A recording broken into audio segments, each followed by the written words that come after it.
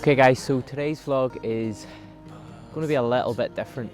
Basically what we're doing is we are doing a little bit of a challenge, or I suppose a collaboration with another landscape photographer and one of my favourite YouTube vloggers, Nigel Danson. And basically we were chatting with each other via Twitter and we thought it would be really good to do something together. And probably something that would actually push us creatively as landscape photographers. So we came up with the idea that we would basically go out, film a vlog, which I'm going to do now, and really limit ourselves to what we're actually able to use and what we're able to shoot. So basically the subject matter is trees, and basically what we're going to be doing is shooting on the Fujifilm XT2. We have the 35mm lens, which is equivalent to 50mm in full frame terms. And basically, we have no filters. This is all we have. And we pretty much have to just get creative and try and shoot stuff that's going to be around the tree theme.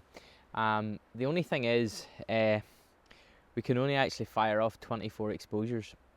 What we were chatting about basically how, for me anyway, I'm finding with digital, the temptation is just to go out and shoot and just come home with loads and loads of images, which you obviously couldn't do in the days of film because you're a little bit more choosy and a little bit more picky about what you're actually shooting. So we thought, you know what, let's really push ourselves. So we literally can only take 24 exposures, so that includes test exposures, all of that sort of stuff. So we really have to make sure we get everything pretty much in right in camera, and yeah, it could be quite interesting. The other thing as well, slight twist, is that we're going to try and do as little editing as possible. So what I'm going to do is on the XT2 I'm going to shoot in RAW and also in JPEG, and basically play about a little bit with the film simulations. Usually on the Fuji I shoot in Provia simulation, but I'm going to try just play about a little bit, probably with classic chrome, and also some of the Acros black and white simulations as well. So it would be really cool actually if I was able to shoot the images and actually use the JPEG straight out of camera. I know a lot of wedding photographers are really big in the JPEGs up, and they're kind of coming back with really loads of positive feedback with the JPEGs. So let's see how we get on. But basically, yeah, it's going to be a little bit different. For me, this is totally out of my comfort zone because I probably would classify myself as a coastal photographer. I love the ocean, I love the sea, I love the coast, as you probably know from my other vlogs. So it's probably going to really test me, but I'm really actually looking forward to it. So I've come down to Glenarth, which is one of the glens of Antrim, and we're just kind of a short distance from Glenarth Forest. And basically, I'm just going to explore the area. I think I've maybe got a couple of shots in mind, we'll see. But yeah, let's see what happens.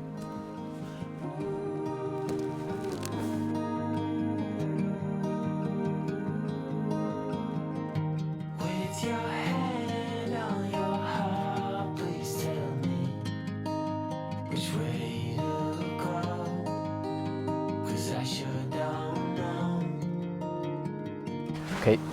Okay, so this is actually freaking hard. I think I've fired off about maybe 5 exposures already, one by mistake, might I add. Basically what I'm trying to do at the minute is trying to get some of just the lovely light that's coming through the forest and coming through the trees here. The sun's just kind of peeking in and out, so I'm just I'm shooting pretty much wide open. So I'm shooting in around about 1.4, which isn't something I would normally do for landscapes, because normally I'm shooting f11 or so, because you're wanting to kind of maximise depth of field. But this way what I'm trying to do is just pick out little bits of trees, little bits of light. I was just shooting handheld as well, so just cranking the ISO up, and I was using the classic chrome profile, which was giving me just a little bit more of a muted kind of a colour. So it was probably more just about the light as opposed to having lovely vibrant colours. But yeah, this is actually quite hard. But yeah, kind of exciting at the same time. So it's good to be pushing myself. It's good to be kind of trying to shoot something slightly different from what I would be used to shooting, as I said earlier. So I think I'm maybe going to go a little bit further down into the forest and explore a little bit down in there.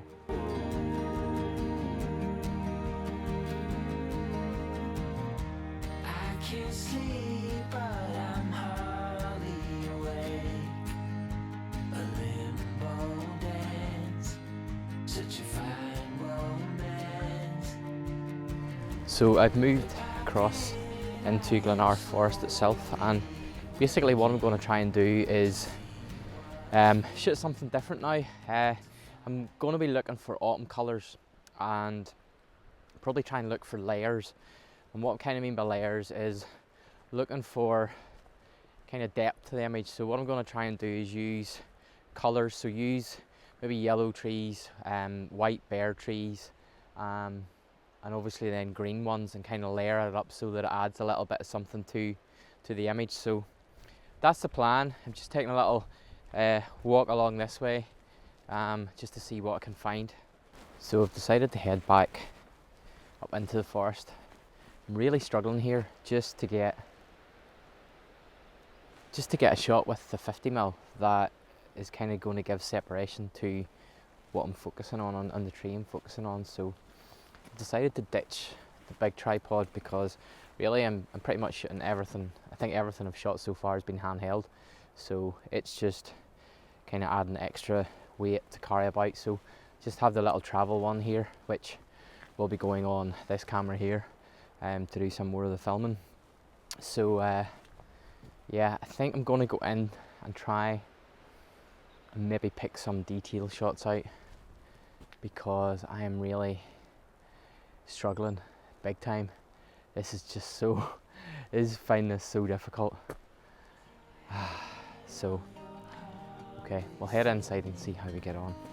Which way to go? 'Cause I sure don't know.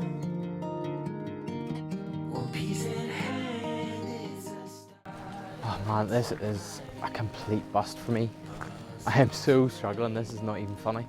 I've been kind of aimlessly wandering about this forest for the last 15 minutes, and I just can't see anything. All I'm seeing is just trees, but nothing that actually, for me, would make a really good image. I'm totally gutted because I really did not think it would have been this hard. I think what's actually making it really difficult is the fact that we're restricted to a certain focal length, because probably maybe to get some of the separation, if we were using a longer lens like a 70 to 200 or something, it probably would work really well and there may be more images. But the 50mm, to kind of get separation, you probably need to be in quite close to the subject. So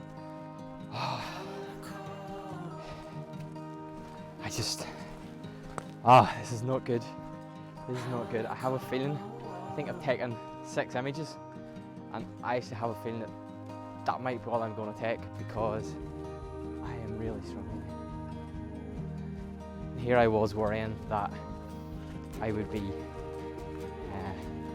kind of struggling to keep it to 24, and here I might actually be struggling to even make it to 10. But I'm hardly awake. A limbo dance. Such a Ain't working.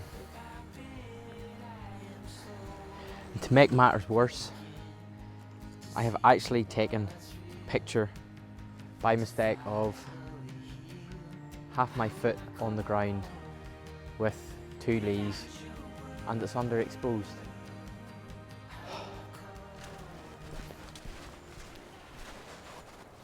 Okay, so new plan. Other than go home, I'm gonna head back up to the car park, cross over onto the other trail, which I was on earlier, and go down it a bit and see if there's anything that is gonna work. And if that doesn't work, then I think it's time to call it a day. It definitely gives you total respect for guys like Simon Baxter, who are are amazing woodland photographers, and I love his vlogs. I love the way he can see images out of nothing. And I kind of thought that that was quite easy, but it's really not. It's really difficult. So a massive thumbs up to guys like that, and especially to Simon, because his stuff's amazing, and massive respect, because this is difficult.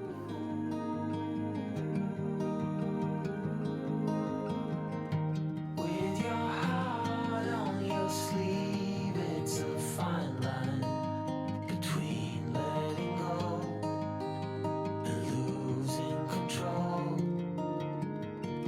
So I take my love and hide it away from those who steal till I find my Okay, so one last sneaky shot on the way back up. I basically found these trees, decided that I would try slightly longer exposure and actually do some like in-camera movement. So basically I was shooting, if I can find it, at ISO 100, and I shot it actually at f16 and about a quarter of a second, and basically just did that there as I was taking the shot. So I have a little bit of movement, which I guess for me is just a little bit different. So I think that's definitely me done this time. So I'm kind of just looking through some of the images here, and they're okay. They're nothing amazing, I have to admit. It was quite a challenge for me, but one that I did really enjoy, even though I probably complained most of the vlog. But yeah, anyways, it is good to get out and kind of push yourself out of your normal comfort zone. I'm actually just realising that I'm sitting in front of a graffitied cabin, which has probably got something really cheeky behind me, but anyway. So so yeah, that's the end of the challenge, guys. Hopefully I've got 2 or 3 images maybe that will work. It was cool to collaborate with Nigel. Please make sure you do go and give him a follow on social media. I'll drop some links below as well in the description. Make sure you give his YouTube channel a subscription as well. Subscribe to that, and obviously check out his video. And I reckon he might actually have got on a little bit better than I have. But yeah, as I said, it was fun. So yeah, see you next time.